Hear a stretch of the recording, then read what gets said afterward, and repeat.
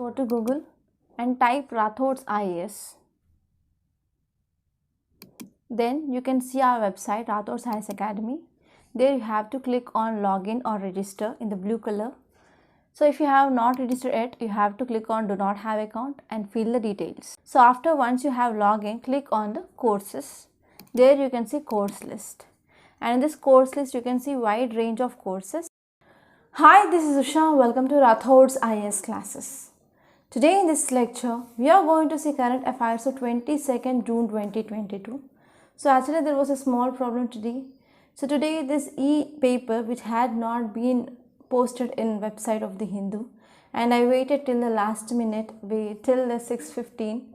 So this is the time I am starting my recording. So till this time I waited, but paper has not been published. Okay. So I don't know what is the reason behind this, and I started searching for the articles in Hindu app, and I came up with some important articles there, and even I collected some articles from Down to Earth and as well as PIB. So just I want to make you ensure that the students who are following our Hindu analysis daily, so they should not miss even one day current affairs.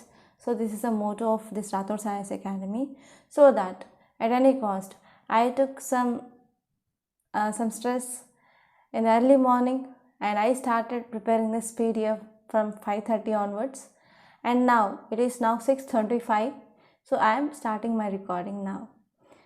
So now let us try to see some important articles which are relevant from our UPSC that I found from the Down to Earth and as well as PIB, and even some articles from our Today's Hindu. So now let us try to see the first topic. Actually 22nd June we are celebrating this World Rainforest Day. So as an UPSC aspirant, you need to know what is the importance of this rainforest and where rainforests are present, and we need to know the concept of this rainforest. So we are going to discuss that. And next one is oil palm mission, especially in the state of Karnataka. So there were some important reasons which are mainly seen because of failure of this oil palm mission in Karnataka. So we are going to see this, what is this mission, so what are the reasons for the failure and what is the way forward. And next topic is about here 12th Ministerial Wto Conference which had been concluded. So it is our responsibility to know about what are the highlights and what are the concerns which are raised by India. And next one, it is about course correction. So this topic I got from Down to Earth. It is talking about post 2020 global biodiversity framework. And next topic is from Operation Sankalp. So I took from our PIB. Okay. So now let us try to see all these topics in a great detail. So first let us try to see today's quote. Today's quote is, the highest education is that which does not merely gives us information but makes our life with harmony with all existence. So this is a quote which is mainly given by Rabindranath Tagore.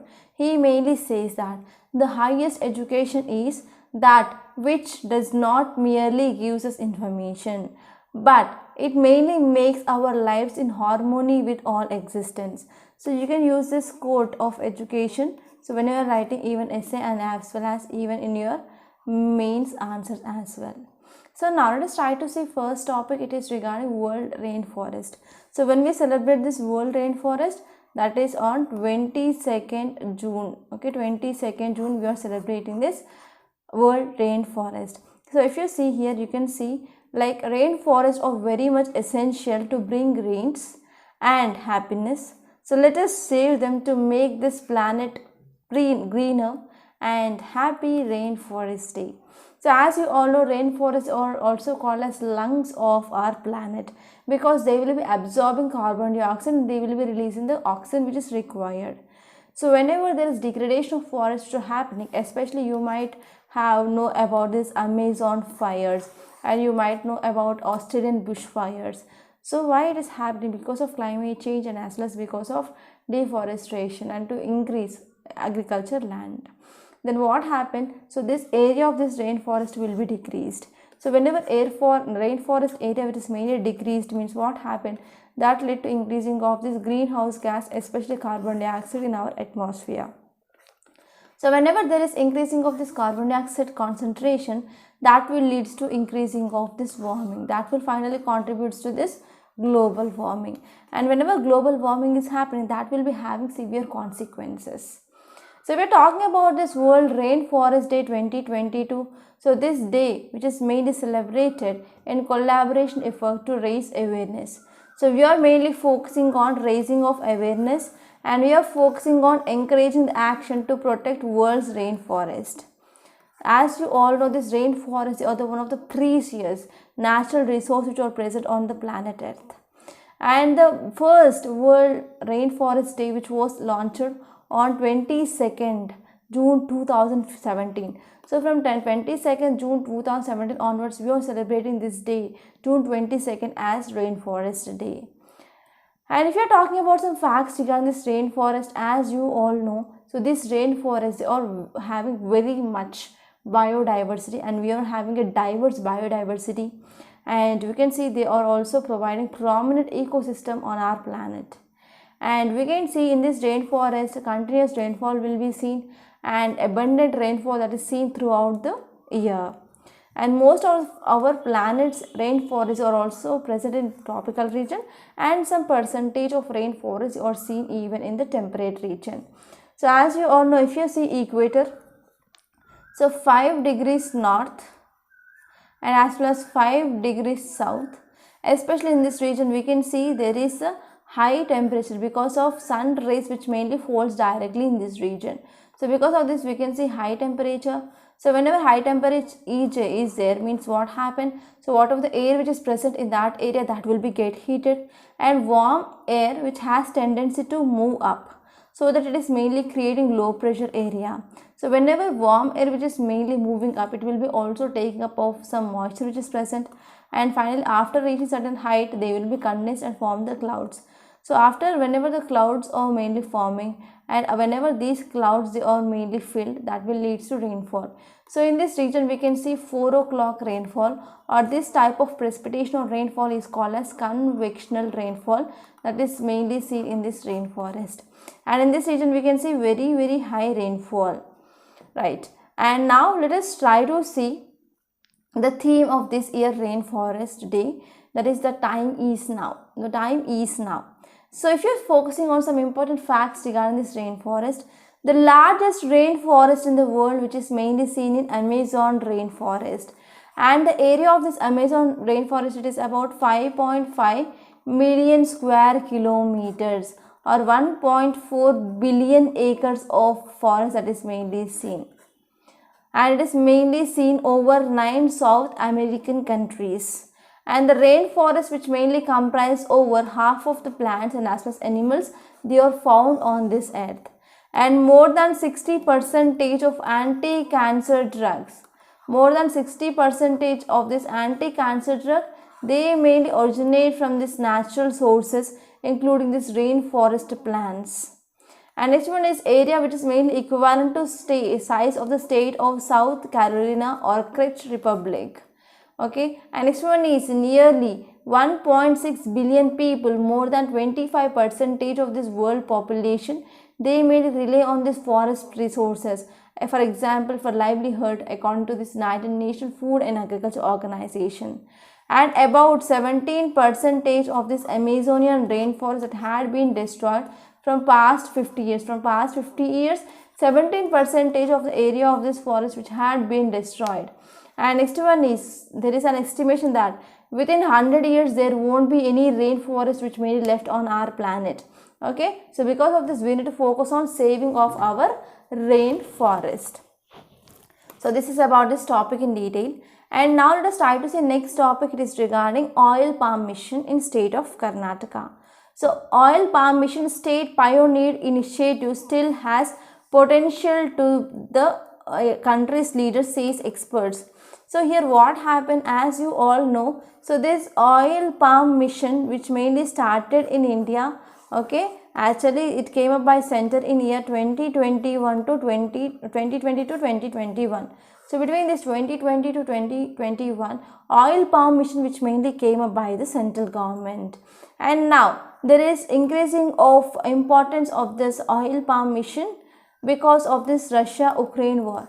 So why this Russia-Ukraine war which had an impact on this oil palm mission? So as you all know, the edible oil, especially sunflower oil, we are mainly getting from this Russia and Ukraine. but because of this crisis that led to decreasing of imports, okay, especially the sunflower oil from this Russia and Ukraine, because there is decreased production in Russia and Ukraine.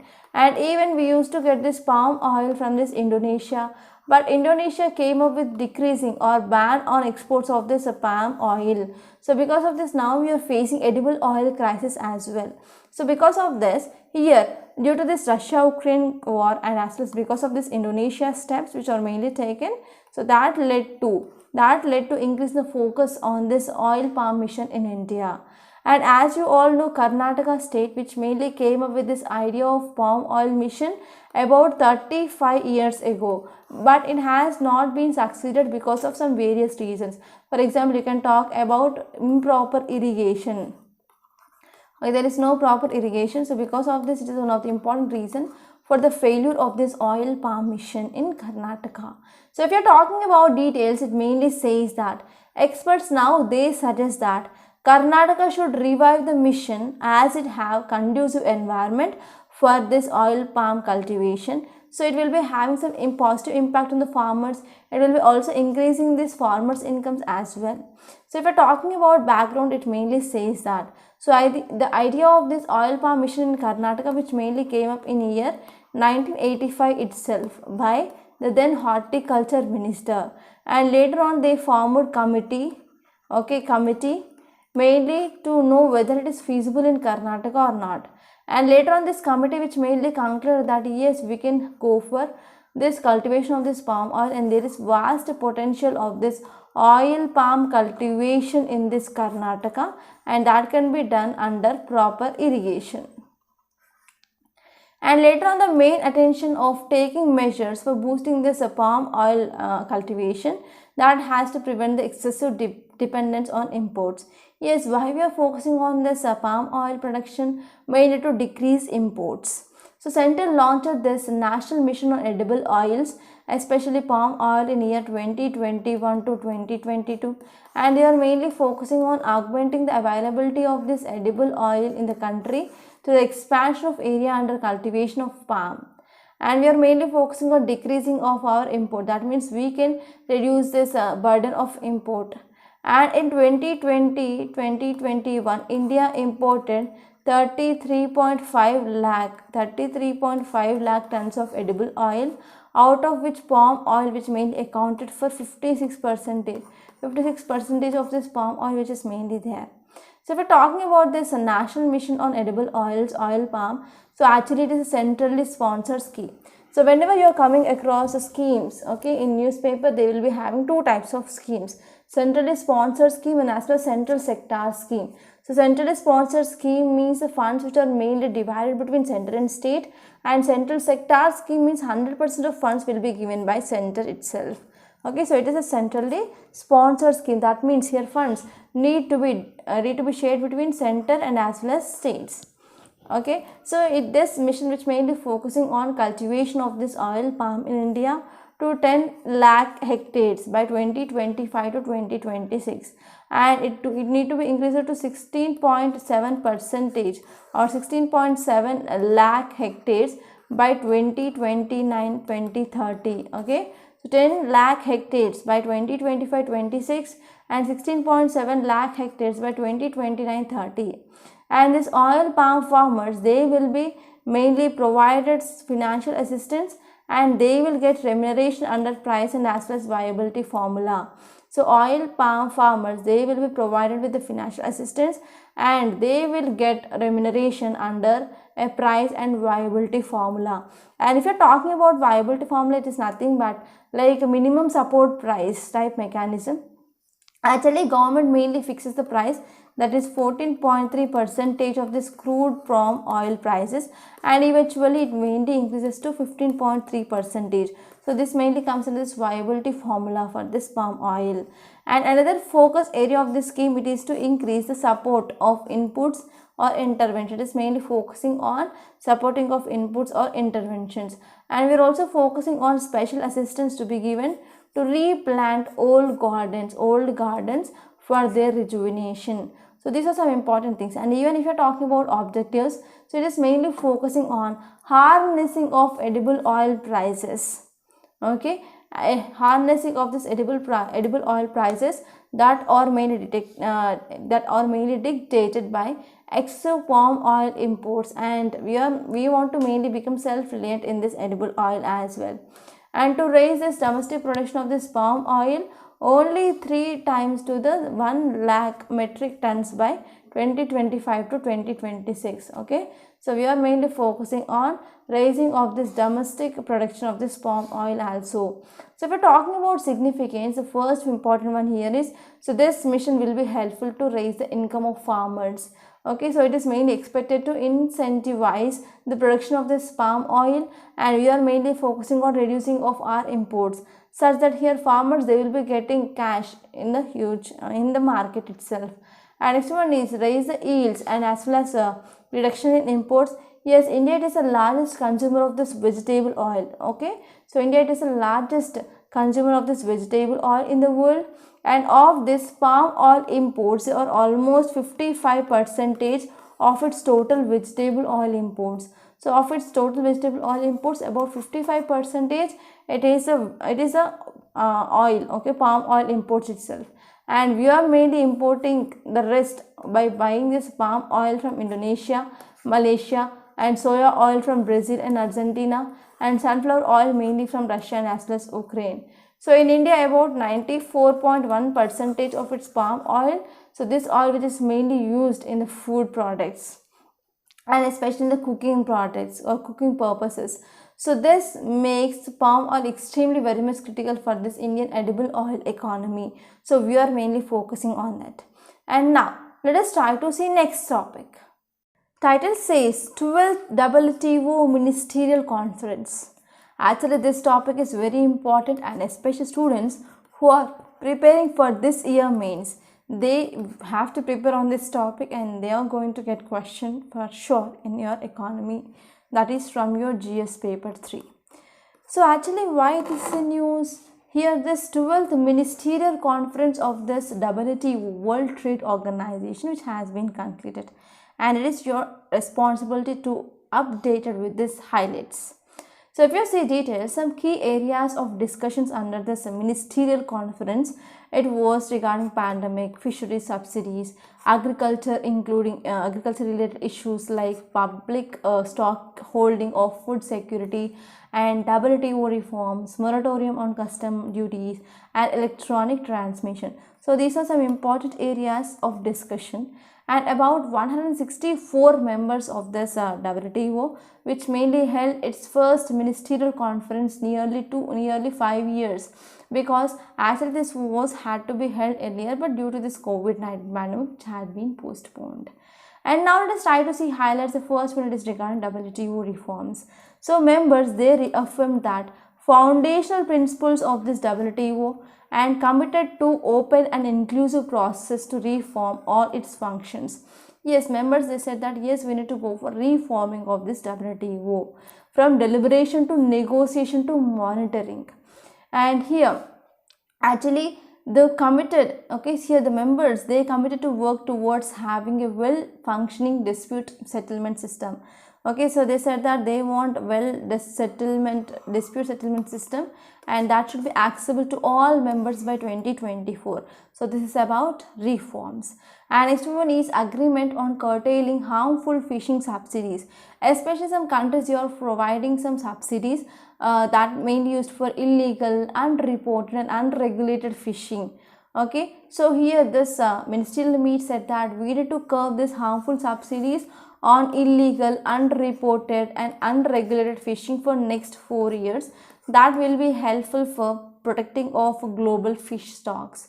And since 2001, here member states, they have been negotiating the banning of subsidies that mainly promotes overfishing.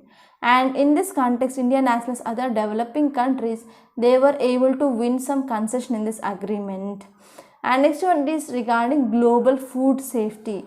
So as you all know that food which is mainly purchased by this United Nations World Food Program, especially for humanitarian purposes. So whenever here United Nations Food Program which mainly getting food or purchasing the food, so it should be exempted from export restrictions. So the first one. And as you all know, we are facing global food shortage and rising of prices, which mainly caused by war between Russia and Ukraine. So now the group members, they issued a declaration on importance of trade in global food security. Okay, and they also said that whenever there is a ban on food export is happening, that will have some negative impact. And countries, they would be allowed to restrict food supplies to ensure domestic food security needs. And next one is agreement on e-commerce transactions. So from 2017 to 2020, so developing countries, they lost a potential of tariff revenue that is around US $50 billion on imports from only 45 digital products. So here WTO members, they had first agreed that there will be no imposition of this custom duties on this electronic transmissions in this 1998. So at that time here internet was still relatively new to all. Okay. So however here members, they are mainly continuing that long-standing moratorium on this custom duties on this e-commerce transactions that will subsequent that will be mainly discussed in the subsequent ministerial conference or until just 31st March 2024, which is earlier. And next one is agreement on this COVID-19 vaccine production. Yes, WTO members, they agreed temporary waiver of this IP norms, that is intellectual property patents on COVID-19 vaccines without the consent of patent holder for 5 years. Okay, WTO members agreed to temporarily waive intellectual property patents on COVID-19 vaccines without the consent of this patent holder for 5 years. And if you're talking about what are the issues which are mainly raised by India in this ministerial meet. So on WTO reforms, India believes that WTO reforms discussions must focus on strengthening its fundamental principles. So India believes that WTO reforms discussions, they need to focus on strengthening of its fundamental principles, and at this time we need to focus on reserving of special different treatment, that is S&DT. So here it mainly includes consensus based decision making and even non-discrimination and special and differential treatment that should not result in preservation of inherited disparities or aggravated imbalances. So here especially regarding this WTO reforms, India mainly says that yes, we need to focusing on the strengthening of the fundamental principles of this WTO, and we need to focus on reserving special and differential treatment. That means here developed countries need to be charged more than compared to that of developing countries, and from the developed countries, they need to provide some assistance to this developing and as well as least developed countries. And here it may talk about consensus based decision making, and there should be non-discrimination. Okay, and India also takes some initiative to suggest reforms of developing countries. And also if you are talking about this e-commerce transaction, India also asked this WTO to review the extension of this moratorium on custom duties on this e-commerce transactions. And also here regarding food security, so WTO, it should renegotiate the subsidy rules for this government-backed food purchasing programs. Actually, these programs are mainly aiming at feeding poor citizens in developing the poor countries. Okay, and India also want to assure that this public stock holdings programs, which mainly buys exclusively, from the nation's farmers and has exported in the past, cannot be challenged in WTO as illegal. So these are some important concerns which are raised by India. And now let us try to see one previous question which happened in 2017. So that is, India has ratified this Trade Facilitation Agreement TFA of WTO, and TFA is a part of WTO's Bali Ministerial Package of 2013, and TFA which mainly came into force in January 2016. As it came effect in this 2017, so this question which mainly appeared in that year UPSC prelims. So here the third statement is incorrect, so correct option is 1, that is A, 1 and 2 only. So here India has ratified this TFA of WTO, and as well as TFA, it is a part of WTO's Bali Ministerial Package of 2013. And next topic, it is from Down to Earth. So title says course action. experts point out gaps in post-2020 global biodiversity framework. So here you need to know about what is this post-2020 global biodiversity framework. So this topic is important from your GS paper 3 under environment and ecology. So if you see context, it mainly says that a group of environmental scientists, ecologists and policy experts, a group of environmental scientists, ecologists and policy experts, they have posited that the draft post 2020 global biodiversity framework. So here many environmentalist activists, ecologists and as well as policy experts, they says that yes, in this draft post 2020 global biodiversity framework, yes, we have some issues regarding this chemical pollutants. So if you see what are the gaps in this framework. So first one is chemical pollutants. So the draft agreement falls short by limiting itself to nutrients. It is mainly focusing on nutrients, pesticides, plastic and many chemicals of high concentration and which are very much important and plays an important role in pollution. They had been left over. Okay, so this is the first important thing. And next one is land where natural process predominate, that is LNNP inside these protected areas. So currently, if you are seeing this land where natural process dominate, which mainly covers about 56% of this terrestrial land. So that mainly excludes permanent ice and as well as rock. So you have to remember. So where is this LNNP which is mainly excluded? So it is mainly excluded whenever there is a permanent ice and as well as rock. So however, only 20% of this land is formally protected. So that means you're excluding permanent ice and rock. Only 11% of the world's land is covered by this LNPP inside this protected areas. That is only 11%. But this post 2020 framework, which mainly proposes that at least 30% of the land to be protected by 2030. And if you're talking about some facts regarding this post 2020 global biodiversity framework, actually it is a new framework and it will be mainly guiding actions worldwide through 2030, and they are mainly focusing on preserving and protecting the nature and its essential services to people. Okay, it is mainly focusing on preserving and as well as protecting the nature and its essential services to people. So the important aim, it is to spur urgent and transformative action by governments and all of the society to contribute the objectives of Convention on Biological Diversity and its protocols. Okay, so it is mainly want to take some urgent and transformative action by the governments and even society. So that will mainly contribute for the objective of Convention of Biological Diversity. And this framework, which is mainly built around the theory of change, and it is mainly focusing on recognizing on urgent policy action globally, regionally and as well as nationally. Okay, and next one is the 4 important goals of this 2050 war. The first one is to halt extinction and as well as decline of biodiversity. Yes, we are at the verge of number of species of animals, plants, they are at the verge of extinction. And next one is to enhance and retain nature's services to humans by conserving. So we need to focusing on enhancing and to retain nature's services to human by conserving. And this one is to ensure fair and as well as equitable benefits. They are mainly focusing on fair and as well as equitable benefits to all form use of genetic resources.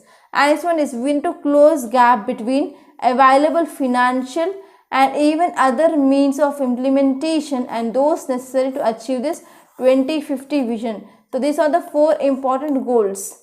And if you're talking about next topic, it is about Operation Sankalp. So 3rd year of Indian Navy's maritime security operations. So I collected this article from this PIB. So if you see context, it mainly says that Indian Navy's Chief Frigate, that is nothing but INS Talwar. Okay, INS Talwar is presently deployed for this Operation Sankalp and it is mainly commemorating 3rd continuous year of Indian Navy presence in Gulf. So if you're talking about some details, it mainly says that actually Indian Navy which mainly launched this Operation Sankalp in Persian Gulf and as well as Gulf of Oman. So in Persian Gulf and Gulf of Oman, so this mainly came into picture. So actually here Indian Navy which mainly launched this Operation Sankalp in this Persian Gulf and as well as Gulf of Oman, and they are mainly going to measure and assure safety and security of Indian vessels in this region. So here if you see this map, here you can see here we have Iran, Iraq is there, Kuwait, Saudi, Qatar, UAE, and here we have Oman. So here this is our Persian Gulf and this is our Strait of Oman, and Gulf of Oman is there and Persian Gulf is there. So there is a small strait. Small strait is nothing but the narrow water body which is mainly connected to large water bodies called strait. So here we have Strait of Hormuz. So Persian Gulf and Gulf of Oman which mainly connected by this Strait of Hormuz. So if you're talking about background, it mainly says that after the attacks on merchant ships in Gulf of Oman in June 2019, so here Indian Navy had commenced this maritime security operations, and they came up with this code name, that is Operation Sankalp in the Gulf region, and they are mainly focusing to ensure safe passage of Indian flag vessels. Okay, and if you're talking about deployment, there were about 23 warships. They have been deployed till date for this operation, and on average 16 Indian flags, okay, 16 Indian flagged merchant vessels, they are being provided safe passage to this region. Okay, next one is here Indian Navy Steed Frigate, that is INS Talwar, is presently deployed in this Gulf region. So if you're talking about significance, the first one here is, so actually you know that India which is mainly depend upon other countries for especially crude oil, and India's 85% of this demand of this oil that we are getting on imports. So out of this 62% of this India's imports, they are mainly valuing about 66 billion US dollars. They come from this Gulf region, and because of this attack, yes, we need to provide security for this merchant vessels. So because of this, we came up with this Operation Sankalp. So now let us try to see yesterday's questions. The first question is regarding Humayun's Tomb. So Humayun's Tomb is a landmark that in the development of Mughal style of architecture. Consider the following statements regarding this Humayun's Tomb. So first one is, it is one of the earliest specimens of garden enclosure. Yes, it is one of the earliest specimens of this garden enclosure.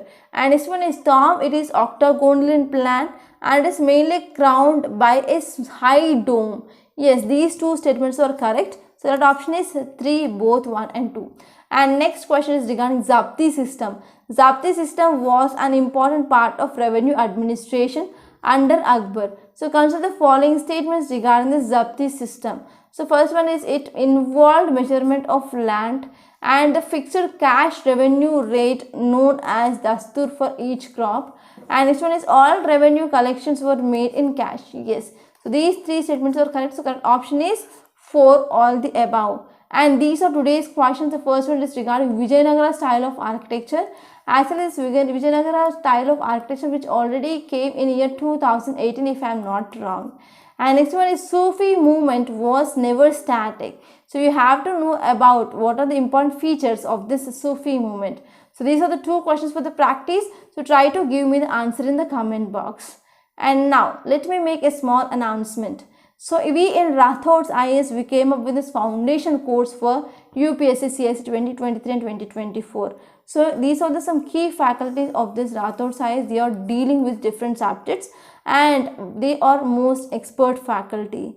And we are mainly focusing on overall completion of syllabus, and we are focusing on 100% conceptual clarity, and we are providing more than 600 hours of classes. Okay, so if you take this foundation course, we can also give you prelims test series of 1 year and as well as mains answer writing practice course of 1 year for free. So the cost had been decreased, and now we can see for a limited period we had this offer. So the total foundation course is just 49,000 rupees. So try to join this course. So this will be absolutely beneficial. And you can visit this website, that is rathodsiasacademy.com. So there you can see here it is our foundation course, and here we have mains answer writing course, and here we have Indian society, ethics, international relations, etc. So there are a number of courses which are mainly seen, and if you want to watch the demo video, here you can see the button that is a play course, and click on that and you can see 3 demo videos without paying a single penny. So after watching that only you can go for payment of the course. Okay, so this is about the courses. And once if today's PDF, which is mainly posted in the website of Hindu, means I will be showing you the PDF of the Hindu, and I will be explaining you the which articles are important from UPSC point of view. And if it is not posted, means in the tomorrow's lecture we are going to see the tomorrow's current affairs itself. So please try to practice the questions and try to join the courses that we are offering in Rathod IAS. Here I am teaching ethics and as well as geography. So you can take those courses if you are very much weak in that areas. So by this I am concluding, and before that if you have any queries, so please call me on this number 8074765513, and you can join the Telegram channel. In Telegram channel also we are posting current affairs which are important apart from the PDF. So you can join the Telegram channel, link is given in description box. So by this I am concluding. Thank you so much.